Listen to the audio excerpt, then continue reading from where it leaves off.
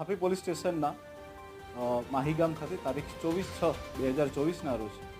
એક એક્સિડન્ટ થાય છે અને ત્યારબાદ એની અંદર મરણ જનાર જે છે નિઝામુદ્દીન નાંદોલિયા જે છે, પરંતુ પરિવાર દ્વારા આ એક્સિડન્ટ છે તેની કોઈ બાબતની જાણ પોલીસ સ્ટેશનને કરવામાં આવતી નથી અને ત્યારબાદ જે છે એ ડેડ બોડીને દફનાવી દેવામાં આવે છે અને ત્યારબાદ જે છે એ પરિવાર દ્વારા જ આ કેસને ક્લોઝ કરી દેવામાં આવે છે. પરંતુ આ બાબતની જાણ જે છે એ ધીરે ધીરે પોલીસને જાણ થતાં અને ગ્રામજનોએ બી આવી અને રજૂઆત કરતા તારીખ 20/7/2024ના રોજ છાપી પોલીસ સ્ટેશન દ્વારા એડી આની અંદર દાખલ કરવામાં આવે છે અને ત્યારબાદ એક્ઝિક્યુટિવ મેજિસ્ટ્રેટની હાજરીમાં જે જગ્યાએ દફનવિધિ થઈ હોય છે ત્યાં